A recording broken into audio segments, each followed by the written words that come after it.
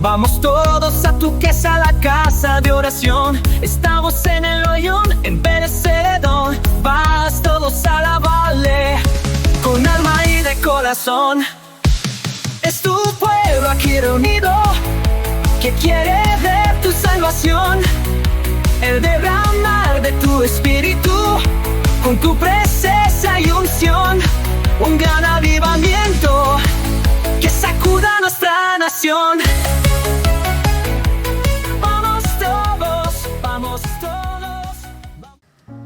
Buenas noches, hermanos. Que el Señor los bendiga en abundancia. Somos bendecidos del Señor el poder estar aquí en esta noche. Una semana más en los caminos del Señor, pero una semana más cerca de estar en la presencia de nuestro Dios. Y esperemos ser de los que escuchemos las trompetas. Amén. Pero si el Señor nos llama antes, también estaremos con el Señor. Y eso es ganancia, dijo Pablo. Bueno, hermanos, muy contenta. Ya vieron ustedes, tenemos las bolsas del material ya listo. Si Dios lo permite, el 1 de noviembre tenemos la misión a Herradura. Recordarles, hermanos, que el Señor nos pidió a todos los que hicimos el ayuno que lleváramos de lo mismo que comimos, que fuimos rompiendo el ayuno. Recuerden que cada sábado le agregábamos algo nuevo. Entonces el Señor nos decía, de todo eso tenemos que llevar, obviamente lo llevamos en crudo, ¿verdad? Para poder darle a aquel que necesita, a los que están necesitados del alimento físico, pero sobre todo del alimento espiritual. Entonces, bendito Dios, es una obra linda que el Señor nos pide hacer, y entonces para que lo tengan presente. Todos aquellos que van a servir al Señor en esa misión, también por favor recordarles que nos digan para poder saber quiénes van, cómo vamos a ubicarnos, ¿verdad? Ya que vamos en carros. Bueno, bendito sea el Señor, ya tenemos el material listo. ¿Por qué no declaramos el verso lema de este mes de octubre, que ya se nos está yendo, hermanos? Ya se nos está yendo este mes.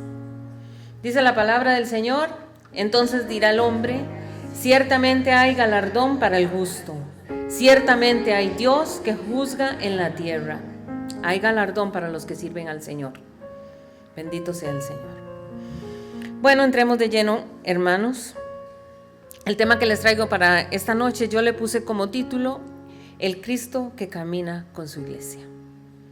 Cristo está con nosotros, amén. Hoy faltaron muchos hermanos por X motivos, pero aunque seamos dos que estemos aquí, el Señor está con nosotros, amén. Y Él es el más importante. Y si Cristo está con nosotros, dígame, ¿quién contra nosotros? Gloria a Dios. Bueno, hermanos, un día, un chiquito pequeñito le preguntó a la mamá: mamá, Jesús sigue siendo un bebé. Y la mamá le preguntó: ¿por qué? ¿Por qué usted dice eso? Y el chiquito dijo: tía, y es que yo siempre veo a Jesús, siempre lo veo en el pesebre como un bebé o en los brazos de María. Jesús es así. Y tristemente muchos creyentes están igual que ese niño. Se han quedado con la imagen de un Jesús, ¿verdad?, limitado, un Jesús pequeñito, el bebé Jesús en pañales, acostadito, indefenso. O se quedaron con el Jesús en la cruz, que está todo ensangrentado, todo lastimado, está pegado a la cruz. Y ese es el Cristo que tienen en su mente y en su corazón. Pero cuando Juan ve a Cristo en Apocalipsis, en el capítulo 1, no lo ve como un niñito indefenso. No lo ve tampoco como un hombre cualquiera, como el carpintero humilde que vivía en Galilea. No, sino lo ve como un rey glorificado, con ojos como llama de fuego, dice la palabra, con una voz que era como el estruendo de muchas aguas. Y esa es la revelación de Jesús. Este es el Jesús que está con nosotros hoy.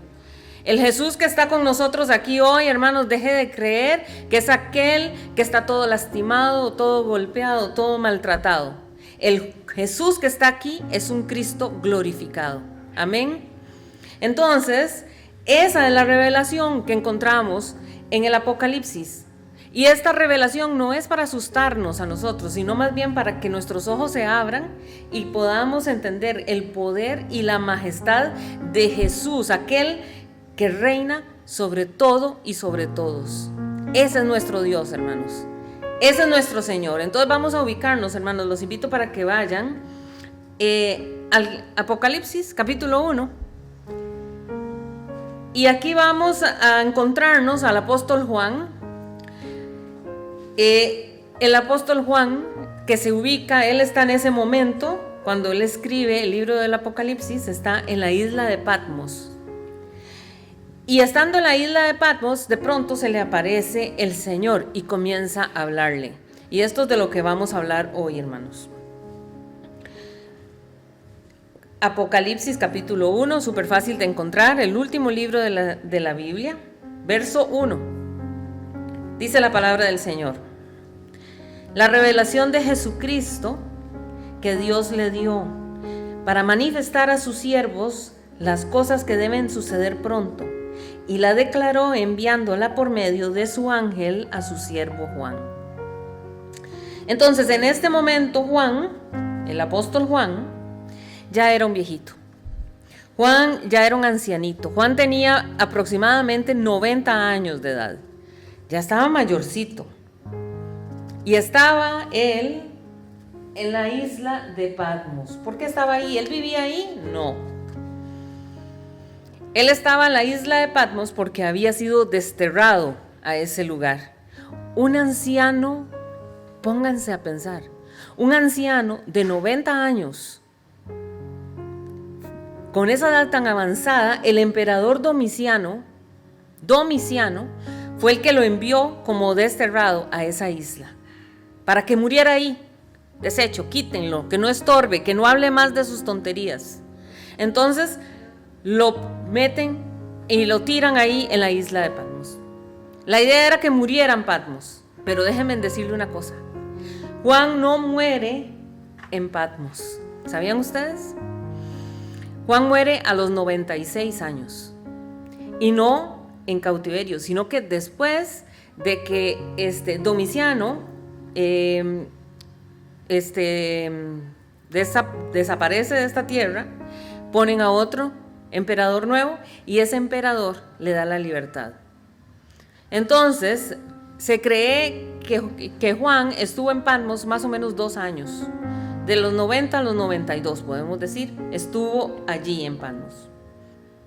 Entonces, por dirección del Señor, oigan, un hombre de 92 años, por dirección del Señor se va a la ciudad de Éfeso y allí pastorea la iglesia de Éfeso por un cortito tiempo, porque ya les digo, 92 años sale, es liberado de Patmos y muere más o menos a los 96. Eso es lo que se nos dice la historia.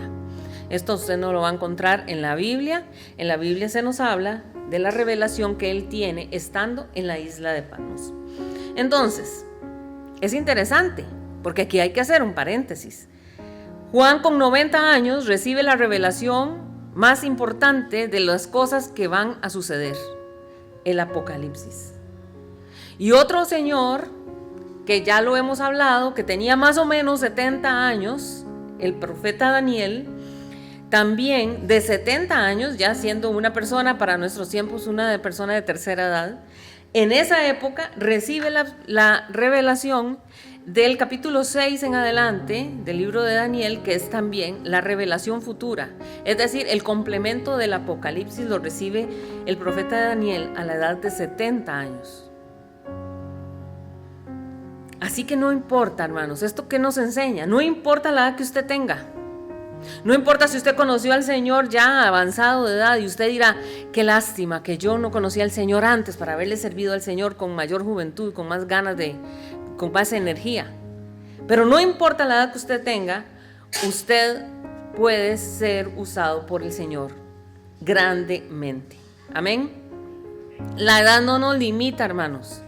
El plan que Dios tiene para usted y para mí, el Señor lo cumple. Amén. Él cumple sus promesas.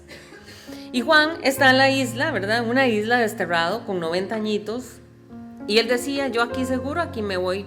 Espero que el Señor me llame y me vaya con el Señor. Pero resulta que no fue así, sino que fue Dios el que llegó a él. Los planes de Dios son maravillosos. Y Dios va a cumplir lo que Él planea para usted. Amén. Para su casa, para mí, para esta iglesia, aunque humanamente no lo veamos. Verso 9, leamos, hermanos. Yo, Juan, vuestro hermano y copartícipe vuestro en la tribulación, en el reino y en la paciencia de Jesucristo, estaba en la isla llamada Patmos por causa de la palabra de Dios y el testimonio de Jesucristo. Y aquí hay algo hermoso, porque los escritos de Juan demuestran que había en el corazón de Juan. Juan era un hombre que solo hablaba de amor. Eran palabras de amor, era algo maravilloso como él hablaba. Era costumbre de Juan, y usted lo lee en la escritura, frases como, por ejemplo, amados míos, hijitos míos. Y habla del amor de Dios y nos refleja el amor del Señor, y una cosa maravillosa. De hecho, se conoce como el profeta del amor. Pero este hombre antes no era así. Antes de ser llamado el profeta del amor, se llamaba el hijo del trueno. Porque Jesús, tanto a Juan como a su hermano Andrés, les dijo Boanerges. Ustedes son Boanerges. Y Boanerges significa hijos del trueno. ¿Por qué? ¿Por qué les dijo Jesús así? Porque el carácter de ellos era un carácter explosivo. Ellos explotaban. ¿Recuerdan una vez? Cuando llegaron a un lugar y no quisieron recibir al Señor, ellos dijeron, Señor, ¿qué? Pedimos que caiga fuego del cielo y los consuma a todos. Y el Señor les dijo, ¿qué es esto? Ustedes no saben de qué espíritu están ustedes hablando. El Señor no venía a traer juicio. El Señor era Señor de misericordia. Y este hombre con este carácter así tan fuerte se transformó en el apóstol del amor. Entonces Dios, hermanos, puede cambiarnos. Por más fuerte que sea nuestro carácter, que este temperamento nuestro sea como explosivo, el Señor puede transformarnos. Amén. Puede hacer cosas maravillosas con nosotros. Aquí, entonces, este hombre se convierte, se transforma. Y él aquí, le estamos leyendo que dice, yo, Juan, vuestro hermano. Otra cosa maravillosa con el apóstol Juan. Porque Juan pudo haber escrito, yo, Juan, apóstol del Señor. ¿Verdad? Yo, Juan, vuestro pastor. Pero él se presenta, yo, Juan, vuestro hermano. ¿Qué refleja? Humildad. Un corazón humilde. Ahora, leemos aquí, en este texto que acabamos de leer, leemos aquí que dice, yo, Juan, vuestro hermano, y copartícipe vuestro en la tribulación, en el reino y en la paciencia. ¿Vieron? Y en la paciencia. Y aquí la paciencia se traduce como perseverancia. Es exactamente igual. Y entonces destaca la perseverancia que hay en el Señor. Juan estaba en la isla de Patmos, ya dijimos, no porque haya hecho algo indebido, sino por causa, dice, de la palabra de Dios y del testimonio de Jesucristo. Ese fue el error tan grande que este Domiciano, emperador Domiciano, vio que era digno de ir a ser lanzado a la isla de Patmos como desterrado. Y esa isla estaba lejos. Esa isla, la isla de Patmos, estaba más o menos a 100 kilómetros de la ciudad de Éfeso. Y era una isla nada bonita. No se imagine usted una isla con arenas blancas y palmeras y zonas verdes y cocos y cosas bellas. No, era una isla fea. Era difícil vivir allí porque era una isla volcánica. Era rocosa. de esas piedras que usted las ve y uno dice, Dios guarde caiga uno ahí porque queda despedazado. Era una isla poco fértil, era muy feo estar allí. Y además tenemos que agregar que eran tiempos de persecución, tiempos difíciles para la iglesia de Cristo. Y en esa isla fea, árida, grotesca, Jesucristo llegó a Juan. Qué cosa más bella, porque no importa donde usted esté, no importa dónde estemos, Jesucristo siempre va a estar con nosotros. Amén. Puede ser que usted esté en el lugar más peligroso, el Señor estará allí siempre con nosotros. Leamos los versos 10 y 11. Yo estaba, dice Juan, en el Espíritu en el día del Señor. En el día del Señor, aquí nos dice algo lindo, el domingo. Eso sucedió, la revelación sucede un domingo. Y oí detrás de mí una gran voz como de trompeta, que decía, yo soy el Alfa y la Omega, el primero y el último.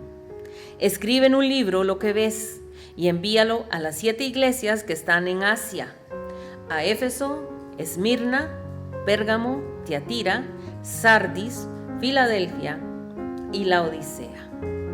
Entonces, Juan aquí recibe una comisión de parte del Señor en medio de una situación tan difícil. Un anciano que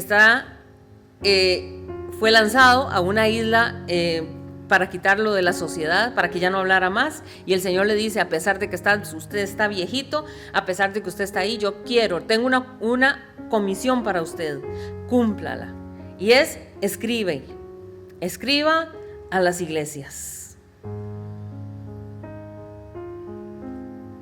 Y dice la escritura que cuando él recibe esta palabra del Señor, dice, yo caí como muerto a sus pies. Y qué increíble, porque estamos hablando del apóstol Juan, uno de los 12, que desde el principio estuvieron con el Señor, 3 años consecutivos viviendo con el Señor, escuchándolo hablar, escuchando sus enseñanzas. Tenía una cercanía extraordinaria. Dicen, él era el discípulo amado del Señor.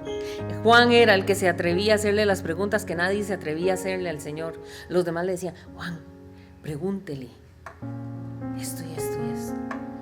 Y Juan se atrevía porque era muy cercano al Señor. Juan en esta época ya había escrito el Evangelio de Juan. Ya había escrito las 3 cartas, la primera, la segunda y la tercera carta de Juan, ya habían sido escritas. Había estado en ese ministerio terrenal con el Señor, pero toda esa experiencia que tenía Juan, todo ese conocimiento que tenía Juan del Señor, toda esa doctrina que ya él conocía, no lo pudo sostener en pie. Dice, cuando lo vi, caí como muerto. Y es que cuando Cristo se manifiesta en gloria, hermanos, déjeme decirle que no hay rodilla que se sostenga. Y él cayó al suelo. Porque la presencia del Señor, hermanos, lo transforma todo. El Dios nuestro transforma todo en el momento que Él se manifiesta. Es imposible que nosotros tengamos, hermanos, un encuentro con Cristo y que sigamos siendo los mismos de hace 20, 30, 40 años. No puede ser.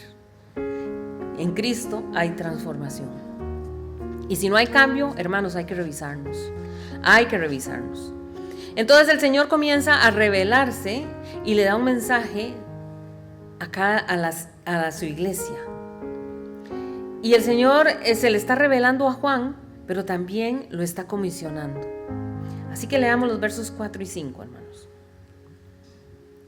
Entonces Juan decide comenzar a escribir y dice, Juan, a las 7 iglesias que están en Asia, gracia y paz a vosotros, del que es y que era y que ha de venir, y de los 7 espíritus que están delante de su trono, y de Jesucristo, el testigo fiel, el primogénito de los muertos y el soberano de los reyes de la tierra, al que nos amó y nos lavó de nuestros pecados con su sangre.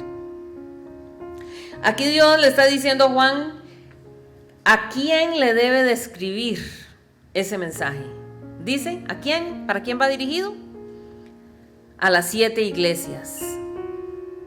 Y recordemos que el número 7 en la escritura significa completo, total.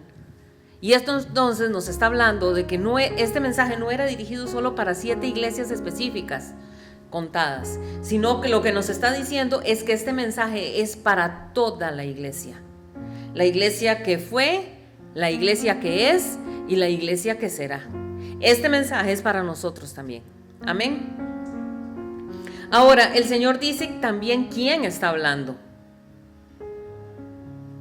Él dice de parte de quién es enviado ese mensaje. Y vean cómo lo dice. Dice, del que es y que era y que ha de venir. Aparece uno. Este es uno. Pero luego agrega, y de los 7 espíritus que están delante de su trono. Este es otro. Y al decir 7 espíritus de Dios, aquí lo que está haciendo es una referencia a la plenitud del Espíritu Santo. Y luego agrega, y de Jesucristo el testigo fiel. 3. Este es el tercero. Entonces el mensaje es de parte de la Trinidad, Padre, Hijo y Espíritu Santo. Es la Trinidad, el Padre, el Hijo y el Espíritu Santo el que le está enviando el mensaje a la iglesia. Así que veamos entonces, hoy vamos a enfocarnos de la Trinidad, vamos a enfocarnos en Jesucristo. Jesucristo, nuestro Señor. Y vamos a ver aquí cómo se nos habla 3 cosas acerca del Hijo de Jesús. Le llaman el testigo fiel, el primogénito de los muertos y el soberano de los reyes de la tierra. ¿Vieron? Y de Jesucristo, vamos a decirlo de nuevo, el testigo fiel, el primogénito de los muertos y el soberano de los reyes de la tierra. Primero, entonces, el testigo fiel. La palabra en griego que se está utilizando para que nosotros podamos leer testigo, ahí en el original griego es martus, martus. Y de la palabra martus, o sea, de esta raíz sale la palabra mártir, martirio, martirizado, viene de esa palabra. Entonces, testigo fiel significa, 1, que da testimonio mediante su muerte. Así que Jesucristo, cuando muere en la cruz del Calvario, nos está dando un testimonio. Y ese testimonio Jesús nos está diciendo, el Padre, que es santo, juzga el pecado. Entonces, la misma santidad de Dios demandaba juicio sobre el pecado. Y todos nosotros sabemos cuál es la paga del pecado, hermanos. La muerte. Y por el pecado todos, absolutamente todos, íbamos a condenación eterna. Entonces, cuando el Señor da su vida en la cruz del Calvario, nuestro Señor Jesucristo está dando un testimonio de que Dios es santo. Dios no puede con el pecado. La paga del pecado, como dijimos, es la muerte. Pero bendito sea el Señor, porque el Señor en su misericordia, Jesús dice, yo doy mi vida por tu pecado. Ese pecado suyo, yo voy a pagarlo con mi vida. Pero también da otro testimonio, el testimonio del amor. Porque la mayor expresión del amor de Dios reflejada hacia nosotros es exactamente esa, la cruz del Calvario. Si usted quiere saber si el Señor será bueno, ¿cómo nos presentaban los que somos ya más viejos? A nosotros se nos presentaba un Dios que le teníamos miedo, ¿verdad que sí? Uy, el Dios que está viendo para castigarnos. Pero nuestro Dios es un Dios de amor, porque cuando usted entiende el sacrificio en la cruz del Calvario, usted dice, ¿cómo? Si el Señor desde el principio, desde antes de que nosotros naciéramos, ya Él, antes de la fundación del mundo, dice la palabra, de hecho, ya Él había planeado cómo salvar a la humanidad. Y era mediante la cruz del Calvario, mediante la muerte de su Hijo Jesús. Es la mayor muestra de amor que alguien puede ofrecernos. Porque Jesús, siendo Dios, hermanos, es que a veces lo tomamos tan a la ligera que no lo analizamos, no lo vemos así delicadamente. Jesús, siendo Dios, se hizo hombre. Y en esa condición de hombre, porque digamos que pudo haberse quedado ahí, pero no. Siendo hombre, bajó aún más, porque se hizo siervo. Y estando en condición de siervo, dice la Escritura, se humilló a lo sumo, a lo más bajo. ¿Por qué? Porque murió como un criminal en la cruz del Calvario. Él fue clavado en una cruz de la misma forma que clavaban a los criminales. La muerte más denigrante de todas fue la que recibió. Pero no solo dio su vida para salvarnos, hermanos, sino que nos elevó a nosotros. Él se rebajó para elevarnos a nosotros. Vean cómo es nuestro Señor. Él nos eleva a una condición extraordinaria, porque Él ahora nos elevó a nosotros a ser hijos de Dios. Amén. ¿Quién no le da gracias al Señor por eso, hermanos? ¿Cómo? El Dios del cielo tiene tanto amor por esta creación, por estos hombres y mujeres que somos tan imperfectos, que le fallamos constantemente, que no nos entregamos de corazón como Él se merece, que no le damos a la gloria y el honor que el Señor se merece realmente. Hace unos días, ¿verdad? Todo el mundo se dio cuenta de que entregaron un reconocimiento, ¿verdad? El Premio Nobel de la Paz. Y el Premio Nobel de la Paz se lo dieron a María Corina Machado, que todos sabemos quién es ella, ¿verdad? La defensora, la que está luchando por el pueblo de Venezuela. Y muchos aplaudieron. Qué bueno que se la dieron a esa mujer. Pero otros lo vieron como que, ¿por qué? Porque querían ese título para ellos, ¿verdad? Hay ciertos hombres que querían ese título y decían, yo me lo merezco más, eso es mío, me lo tienen que dar a mí. Pero hermanos, nosotros hemos recibido un título mayor. Escuche bien, usted recibió un título mayor, el ser hijos de Dios. ¿Me está entendiendo?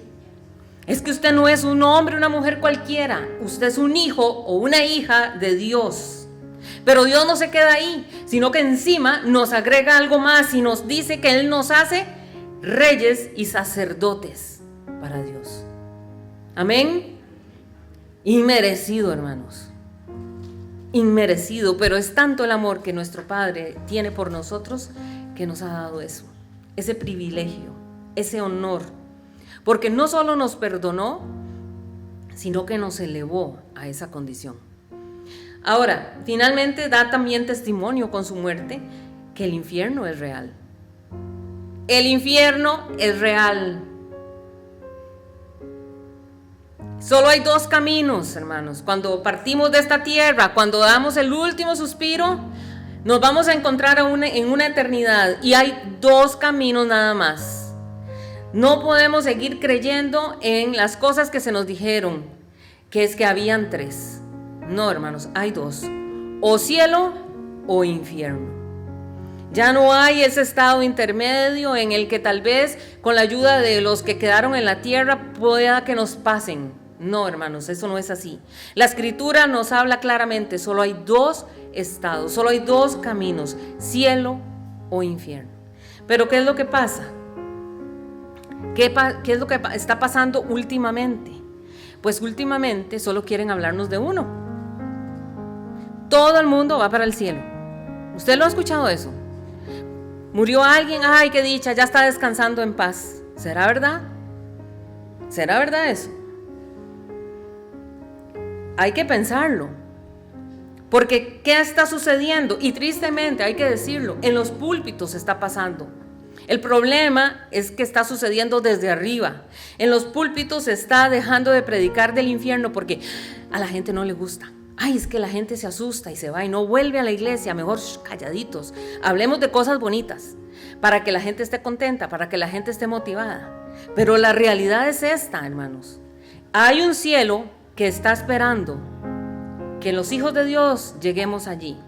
Y que el poder accionar para ir al cielo es tan sencillo como poder aceptar el sacrificio que hizo Jesucristo para pagar nuestra salvación. Porque déjeme decirle que por obras nosotros no vamos al cielo. La Escritura dice, no por obras para que nadie se gloríe. Es que nadie puede comprar la salvación. La salvación solamente es por medio de Jesucristo y su sacrificio en la cruz del Calvario.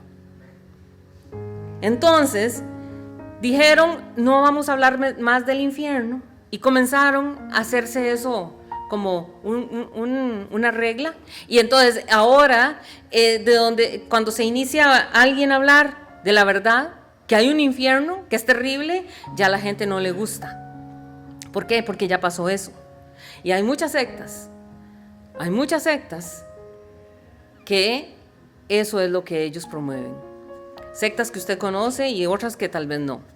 Pero para decirle algunas, los testigos de Jehová y los mormones, ellos no creen en el infierno. Y muchas más. Pero la verdad es que la palabra es una. Y la palabra es verdadera. Entonces, dice la Escritura que la palabra del Señor permanece para siempre. Y que no debemos de cambiar ni siquiera una tilde ni una jota de ella. Entonces es verdad, tenemos que decir lo que es, aunque a la gente no le guste. El infierno es real. El infierno es un lugar de condenación eterna. El infierno es horrible. Dice la Escritura, es el lugar donde el gusano no muere y donde la llama no se apaga. Es un lugar de tinieblas.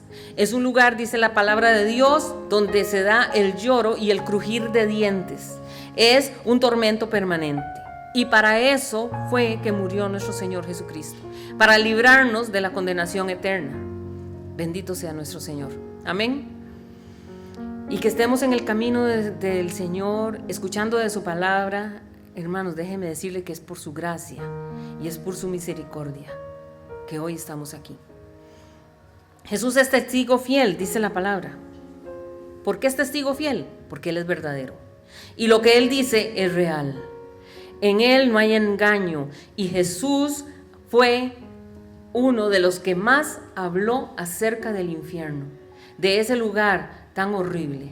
Si usted toma en el Nuevo Testamento, lea para que vea, gran cantidad de sus enseñanzas hablaban de ese lugar. ¿Por qué? Porque el Señor no quiere que nadie perezca, sino que todos procedan al arrepentimiento.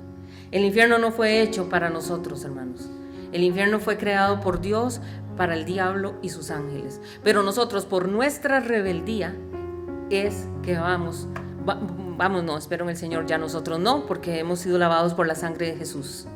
Pero hay mucha gente que por ser tan rebeldes y no reconocer que necesitan a Jesús, van derecho a ese lugar de tormento.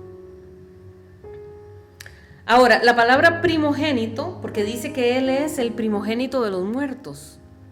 La palabra primogénito está compuesta por dos términos. Primo, que significa primero, y génito, que significa género.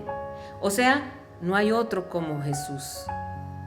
No hay nadie que se parezca a Él, hermanos, porque todos en el Antiguo Testamento que resucitaron, volvieron a morir. De hecho, cuando Jesús resucita, dice la Escritura, muchos de los que habían muerto se levantaron de sus tumbas, pero de toda esa gente volvió a morir. Pero solamente Jesucristo resucitó y vive para siempre. Amén. La muerte no pudo con Él. Sorbida, dice la palabra, es la muerte en justicia. Y dijo Pablo, ¿dónde está el aguijón de la muerte? El Señor lo venció. Amén. Y Él es el primogénito. ¿Por qué el primogénito? Porque para nosotros, hermanos, también hay resurrección y vida eterna. Por eso Él dijo, yo soy la resurrección y la vida. todo aquel que en mí cree no morirá eternamente. Amén. Promesa del Señor que debemos de tomar y no soltar. Además dice que Él es el soberano de los reyes de la tierra. Y la palabra soberano se traduce de un término griego que es arcón, que significa gobernante. Entonces ahí podríamos decir, Él es el gobernante de los reyes de la tierra. No hay nadie que esté por encima de Jesús. Amén. No podemos tampoco olvidar que el Señor Jesús vino como un siervo y que se humilló hasta la muerte, porque Él tenía que dar su vida en sacrificio, ¿verdad? Pero la palabra de Dios nos dice que Cristo vuelve. Jesús volverá. Y cuando Jesús vuelva, déjeme decirle, ya no va a venir como siervo, como vino la primera vez. No va a venir como un siervo sufriente, va a venir como Rey de reyes y Señor de señores. Amén. Y ya no va a venir montado en un burrito, va a venir montado en un caballo blanco y los ejércitos celestiales lo seguirán. Y eso será maravilloso, hermanos, porque ahí estaremos nosotros. Amén. Y viene a destruir a los ejércitos del anticristo cuando se levanten para destruir Jerusalén. Y establecerá su reino, hermanos, aquí, y juzgará a las naciones, y nosotros estaremos para siempre con el Señor. Gloria a Dios. Y el Padre le dio un nombre que dice que es sobre todo nombre, y que toda rodilla de lo que está en los cielos, y cuando dice cielos lo dice en plural, porque sabemos que hay 3 cielos, ¿verdad? El primer cielo, la bóveda celeste, la que nosotros vemos. Segundo cielo, donde están los demonios y sus ángeles. Y el tercer cielo es el trono de Dios. Y todo lo que esté en esos cielos tendrán que doblar sus rodillas ante la presencia del Señor. Pero dice que también los que estén en la tierra. Y no se queda ahí, sino que los que están debajo de la tierra también doblarán la rodilla delante del Señor. Y todos un día tendrán que doblarla y reconocer que Jesús es el Señor para la gloria de Dios. Reconocerán que Jesucristo es el Señor, que Él es el gobernante de los reyes de la tierra. Y Juan está escuchando todo eso y está asombrado escuchando todo eso cuando de pronto tiene una visión, porque hasta el momento él solamente escuchaba, pero de pronto dice, tiene la visión de Cristo glorificado. Entonces, ¿cuál fue la visión? ¿Cómo fue que Juan lo vio? Leamos versículos 12 y 13. 12 y 13. Y me volví para ver la voz que hablaba conmigo, y vuelto vi 7 candeleros de oro, y en medio de los 7 candeleros a uno semejante al Hijo del Hombre, vestido de una ropa que llegaba hasta los pies y ceñido por el pecho con un cinto de oro. Los 7 candeleros son 7 iglesias, porque vean lo que dice el verso 20. En el verso 20 lo explica. Dice, el misterio de las 7 estrellas que has visto en mi diestra y de los 7 candeleros de oro. Las 7 estrellas son los ángeles de las 7 iglesias, y los 7 candeleros que has visto son las 7 iglesias. Entonces, los 7 candeleros son las 7 iglesias. Cada iglesia es un candelero. Y ese candelero resplandece con la luz de Cristo, porque Él dijo, yo soy la luz del mundo. Amén. Pero el candelero necesita aceite para alumbrar. Por eso, uno de los símbolos del Espíritu Santo es el aceite. Por eso Cristo está en medio de nosotros, y con nosotros también está el Espíritu Santo. Gloria a Dios. Entonces, cada iglesia es un candelero. Esta iglesia es un candelero también. Y es un candelero que debe de tener el aceite del Espíritu. Por eso necesitamos el mover del Espíritu Santo. Porque sin Él, dígame, si no tenemos al Espíritu Santo, ¿cómo podríamos entonces nosotros tener el aceite que necesitamos para que nuestro candelero esté encendido? Necesitamos del Espíritu Santo.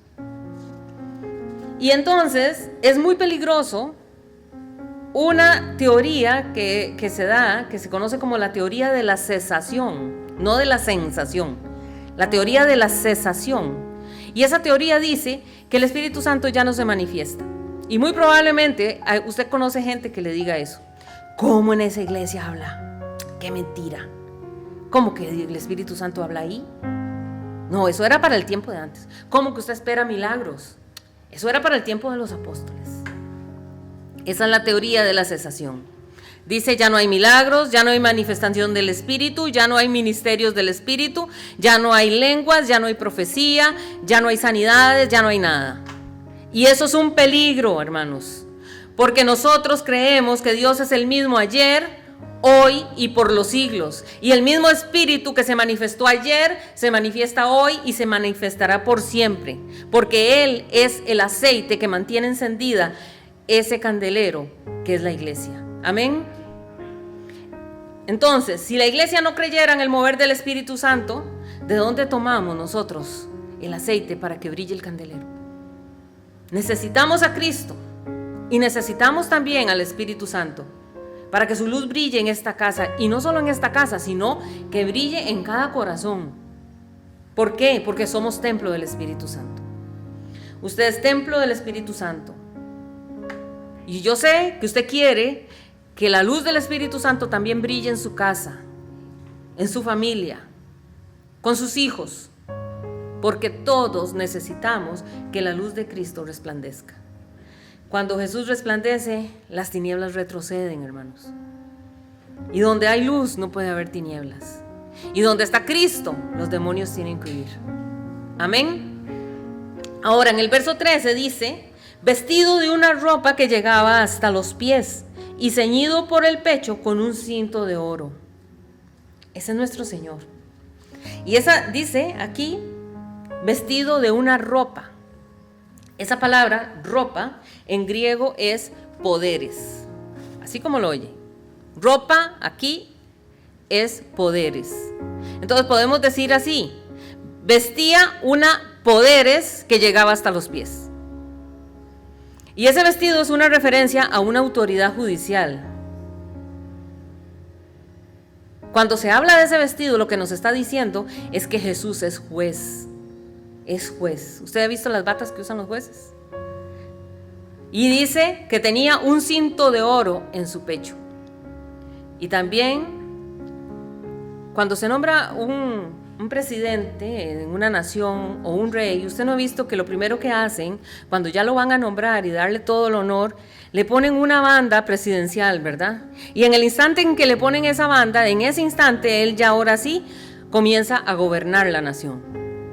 En este caso estamos hablando de una autoridad para juzgar que se le entregó al Señor, porque el Padre, dice la Escritura, le dio todo juicio al Hijo. El Hijo es el que juzga. Por eso cuando usted tenga un problema, hermanos, dígale. Cuando usted está pasando una situación difícil, dígale, Señor, tú eres mi juez. Defiéndeme, Señor, defiende mi causa. Porque hay una promesa bíblica que dice, yo defenderé tu pleito, dice el Señor. ¿Quién la agarra, hermanos? Ay, yo no sé si usted la quiere agarrar, pero yo tomo esa palabra en el nombre de Jesús. El Señor defenderá nuestro pleito. Él es nuestro juez. Cuando usted le falle al Señor, usted también puede acercarse y ¿por qué? Porque dice la Escritura que clemente y misericordioso es Jehová, lento para la ira y grande en misericordia.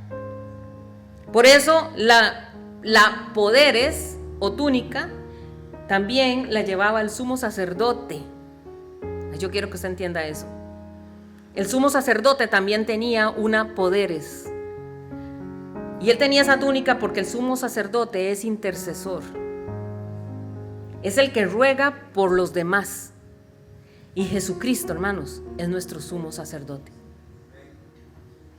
Por eso, cuando le fallamos al Señor, nosotros podemos decirle, Señor, perdónanos, perdónanos. Ayúdanos, Señor, ayúdanos. Porque yo sé que por mí misma no es difícil. Pero yo acudo al abogado que eres tú.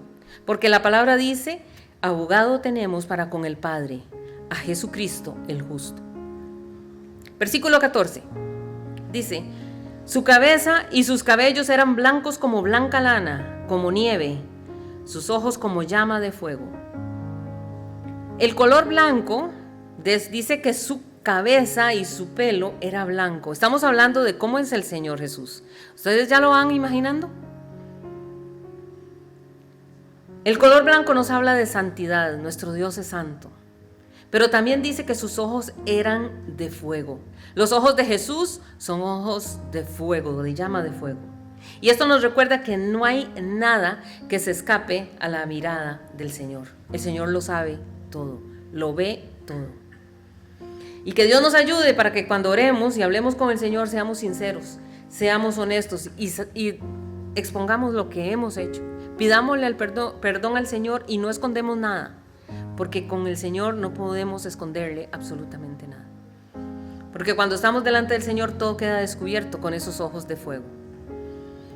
Seamos sinceros, digámosle: Señor, te pido perdón. Y seamos más sinceros aún y digámosle: Señor, necesito que me ayudes. Necesito que me ayudes porque esta es mi área débil en la que fallo constantemente. ¿Por qué? Porque necesitamos ser santos. Y usted dirá: qué exagerada. Es que dice la palabra: sed santos porque yo, Jehová, vuestro Dios, soy santo. Y la Escritura también dice: sin santidad nadie verá al Señor. Cuando usted ore, dígale: Señor, ayúdame a crecer en santidad. Santidad no significa perfección, hermanos. Eso no es. Nosotros cada día somos seres imperfectos, pero que luchamos cada día para ir pareciéndonos un poquito más a la estatura de Cristo.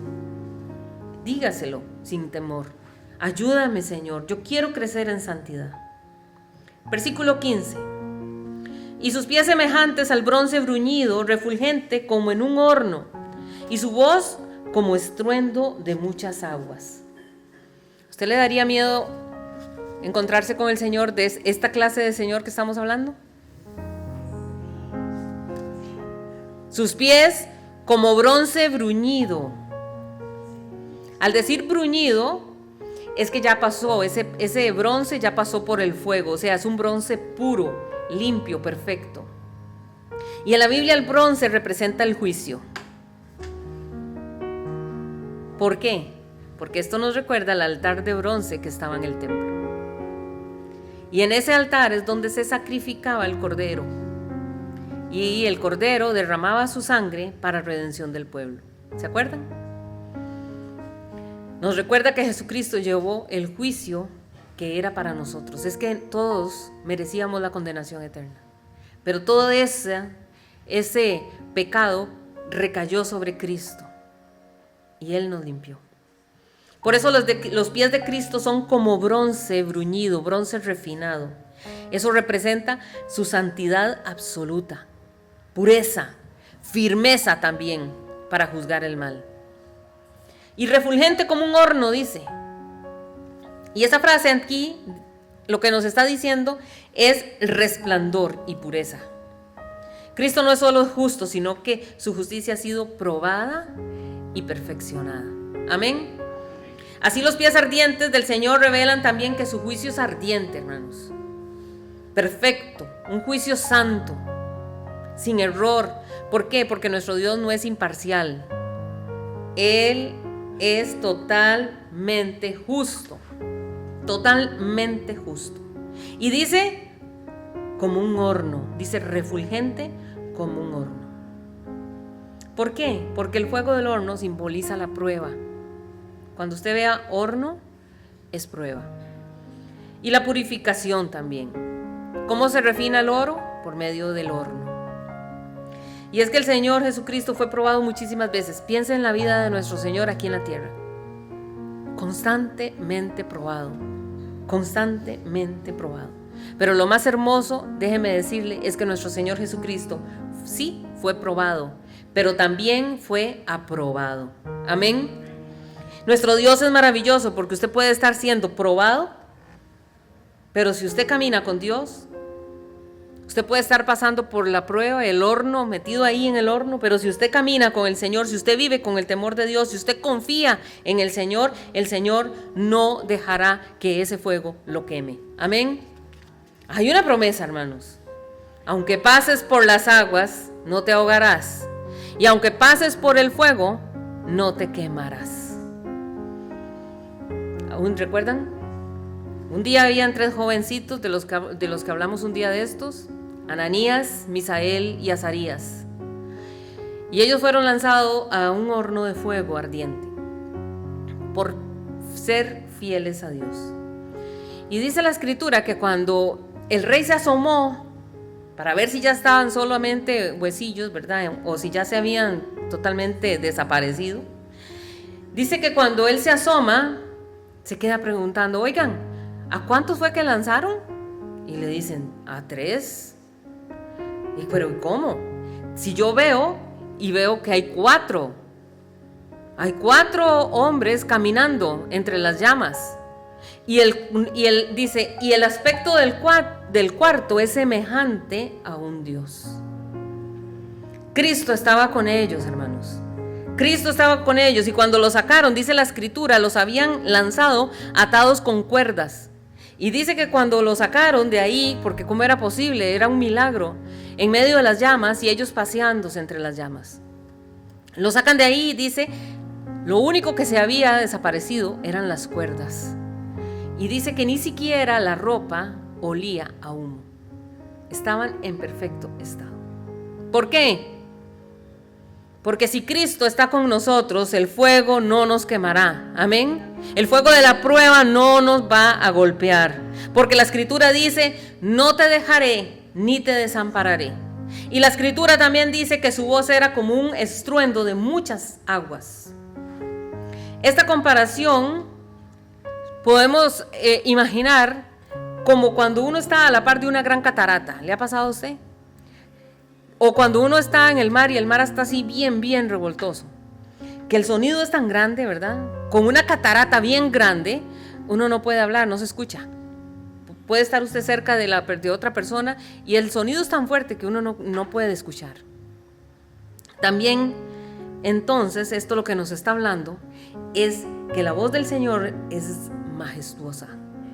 Tiene poder y autoridad absoluta, lo domina todo. Nos habla también de que es imposible ignorar la voz de Dios. Cuando Dios habla, Dios habla. Amén.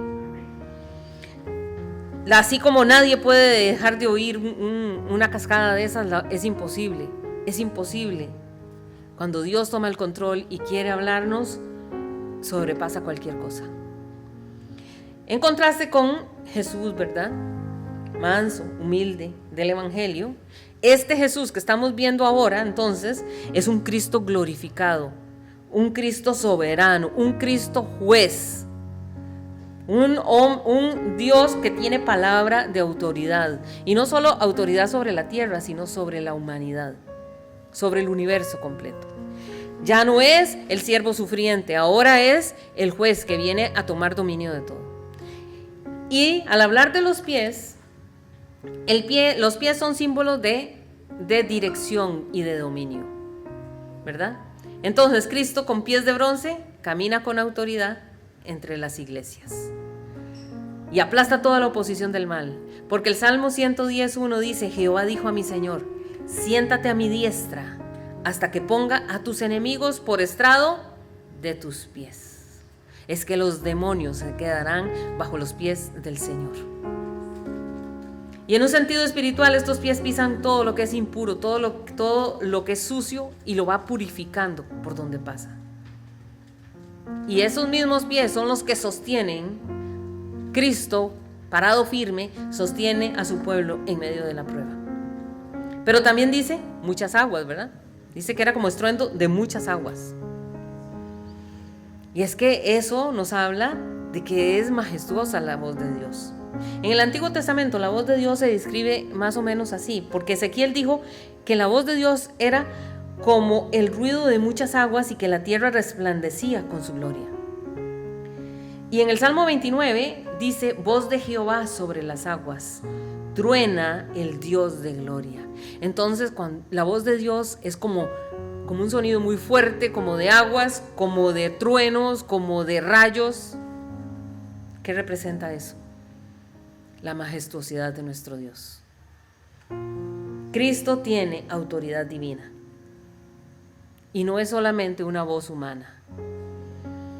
La palabra de Dios domina todo ruido, hermanos. Todo ruido. pone silencio en medio del enredo que el diablo quiere hacer en nosotros. Por eso dígale: Señor, háblame, háblame, porque cuando Dios habla, los demonios callan. Porque cuando Dios habla, nosotros logramos entender el panorama, cómo es que está. Por eso tenemos que tener reverencia y temor santo delante de la presencia de nuestro Dios. A veces subestimamos al Señor, porque en su misericordia, ya vimos, Él se bajó a lo sumo. Y a veces lo ponemos al mismo nivel nuestro. Pero déjeme decirle que nuestro Dios, nuestro Jesús, es el Rey de Reyes, el Señor de Señores. Y Él es el dueño de todo, lo que hay visible e invisible. Y esa voz de Dios, esa voz, como muchas aguas, tiene efectos espirituales poderosísimos. Primero, esa voz de Dios conforta. Para el que es fiel, esa voz suena como un río de vida. Como un río de vida. Porque Juan decía, en Juan capítulo 7, decía que en el último y gran día de la fiesta Jesús se puso en pie y alzó la voz diciendo: si alguno tiene sed, venga a mí y beba. Porque el que cree en mí, como dice la Escritura, de su interior correrán ríos de agua viva. Pero esa voz de Dios también aterroriza al impío. ¿Por qué? Porque es una voz de juicio. La Escritura dice en Hebreos: la voz del cual conmovió entonces la tierra, pero ahora ha prometido diciendo: aún una vez, y conmoveré no solamente la tierra, sino también el cielo. Y la voz de Dios también transforma, porque la palabra de Dios penetra y purifica. ¿Se acuerdan la Escritura? Porque la palabra de Dios es viva y eficaz, y más cortante que toda espada de dos filos, y penetra hasta partir el alma y el espíritu, las coyunturas y los tuétanos, y discierne los pensamientos y las intenciones del corazón. Es que la palabra de Dios tiene poder, hermanos. Por solo su palabra fueron hechas todas las cosas. Verso 16, hermanos. Dice: y tenía en su diestra 7 estrellas. De su boca salía una espada aguda de 2 filos, y su rostro era como el sol cuando resplandece en su fuerza. Vemos entonces que tenía 7 estrellas en su mano derecha. Ya dijimos, ¿verdad?, que los 7 candeleros eran las 7 iglesias, y las 7 estrellas son los 7 ángeles de las iglesias. Entonces, si lo tomamos literal, como lo estamos leyendo, podemos decir que en cada iglesia hay un ángel que está establecido para cada iglesia. Pero también la palabra ángel se traduce del término griego mensajero. Y la mayoría de los intérpretes bíblicos entonces dicen que ese ángel es el pastor de la iglesia. Entonces el Señor dice: el que tiene las 7 estrellas en su mano, el que tiene a los 7 pastores en su mano. La diestra o la mano derecha es la mano del honor, hermanos. Es la mano de la autoridad. Y el Señor dice: yo los tengo a todos en mi mano. Esa mano, que para muchos es una mano que va a traer juicio, para nosotros, su iglesia, decimos, es la mano que nos protege. Porque el Señor dijo que Él nos tenía en el hueco de su mano. Amén. Es la mano que nos moldea como el alfarero, con amor. Es la mano que pelea por nosotros. Como la Biblia dice, ¿verdad?, en Esdras: clamaron y ayunaron, y la buena mano de Jehová estuvo con ellos. Pero dice también que de su boca salía una espada aguda de 2 filos. Y la palabra espada no es una espada pequeñita ahí, no se puede imaginar usted una cosita así chiquitica. Es una espada larga. Algunos inclusive la traducen como una lanza, algo inmensamente grande. Y cuando dice que es afilada, o sea, es un arma de guerra. Por eso, cuando usted esté orando, declare la palabra del Señor. Cuando usted esté en su oración, abra la Biblia, desate palabra de bendición. ¿Por qué? Porque esa es la palabra con la cual nosotros peleamos nuestras luchas espirituales. Y eso es un arma que hace que el enemigo retroceda. Amén. Por eso termina diciendo: y su rostro era como el sol cuando resplandece con toda su fuerza.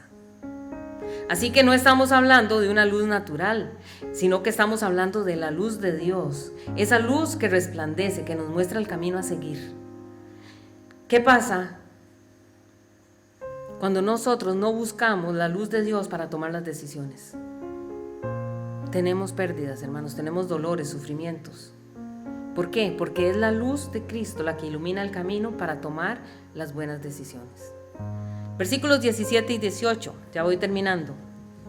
Y cuando le vi, caí como muerto a sus pies, lo que les decía hace un rato. Y él puso su diestra sobre mí, diciéndome: no temas, yo soy el primero y el último, y el que vivo y estuve muerto, mas he aquí que vivo por los siglos de los siglos. Amén. Y tengo las llaves de la muerte y del Hades. Una de las cosas que hace la presencia de Dios es que nos quita el miedo. Si el Señor está con nosotros, no sentimos temor. ¿Vieron cómo le dice el Señor a Juan? No temas, estoy contigo. Y el Señor está con nosotros. Amén. La presencia de Dios nos hace que nos sintamos seguros, confiados. Nos arriesgamos porque decimos: Señor, tú estás conmigo. Y qué maravilloso, porque el Señor Jesús venció la muerte. Venció la muerte. ¿Qué cosa no va a poder hacer? Dígame, si nuestro Señor tuvo el poder para vencer la muerte, ¿qué no va a hacer el Señor en nuestra vida? Dígame. ¿Habrá algo que sea imposible para nuestro Dios? Nada. ¿Qué va a hacer el Señor? ¿Qué no podrá hacer nuestro Señor con nuestros problemas? Dígame. Con nuestra familia, con nuestra salud, con nuestras finanzas, con nuestros hijos. Dios puede transformar las cosas en un segundo, porque nuestro Dios es el Dios de los imposibles. Amén. Y la última frase dice: tengo las llaves de la muerte y del Hades. La Biblia dice que las puertas del Hades no van a prevalecer contra la iglesia. ¿Cómo van a prevalecer si es el Señor el que tiene las llaves? Y el Señor está con nosotros. Y en el capítulo 3 hay una frase muy linda. Cuando el Señor se está presentando ante la iglesia de Filadelfia, que por cierto, Filadelfia significa la iglesia fiel. Esa es la iglesia idónea. El Señor le habla a la iglesia de Filadelfia y le dice en el verso 7, le dice: escribe al ángel de la iglesia de Filadelfia. Esto dice el santo, el verdadero, el que tiene la llave de David, el que abre y ninguno cierra, y cierra y ninguno abre. Entonces, Jesús tiene un montón de llaves en la mano. ¿Vieron? Jesús tiene las llaves de la muerte y del Hades, pero también tiene las llaves de David. Y la llave de David es bellísima, porque ¿para qué sirve? La llave de David dice: abre y nadie puede cerrar, y cierra y nadie puede abrir. El Señor tiene la última palabra. A usted se le pueden presentar todas las puertas cerradas, pero si el Señor, usted le clama al Señor, el Señor abre. Y si el Señor abre, nadie cerrará. Y si el Señor cierra, nadie abrirá. Amén. Verso 8.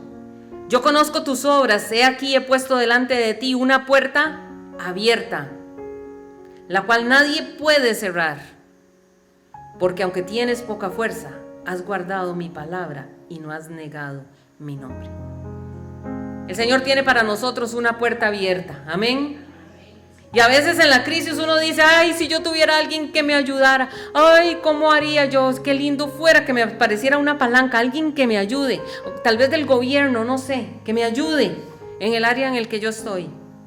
Y vean, aquí está hablando el que nos puede ayudar, pero nadie se acuerda de él. Lo que necesitamos es acercarnos al que tiene las llaves en su mano, al que abre puertas que nadie va a poder cerrar, y el que cierra puertas y nadie, ningún demonio las puede abrir. Amén. Él es al quien debemos acudir. Así que no importa cómo estamos, lo que tenemos que hacer es acercarnos a Dios y decirle: Señor, te necesito, ayúdame, mira mi necesidad. Mira mi necesidad, y el Señor vendrá a nosotros, porque Él está deseoso de ayudar a sus hijos. ¿Por qué no oramos, hermanos? Padre, te damos gracias. Gracias, Señor Jesús. Saludos, bendiciones. Somos Project King Studio Music, un proyecto de Dios y para Dios. Sigamos caminando hacia una eternidad con Dios.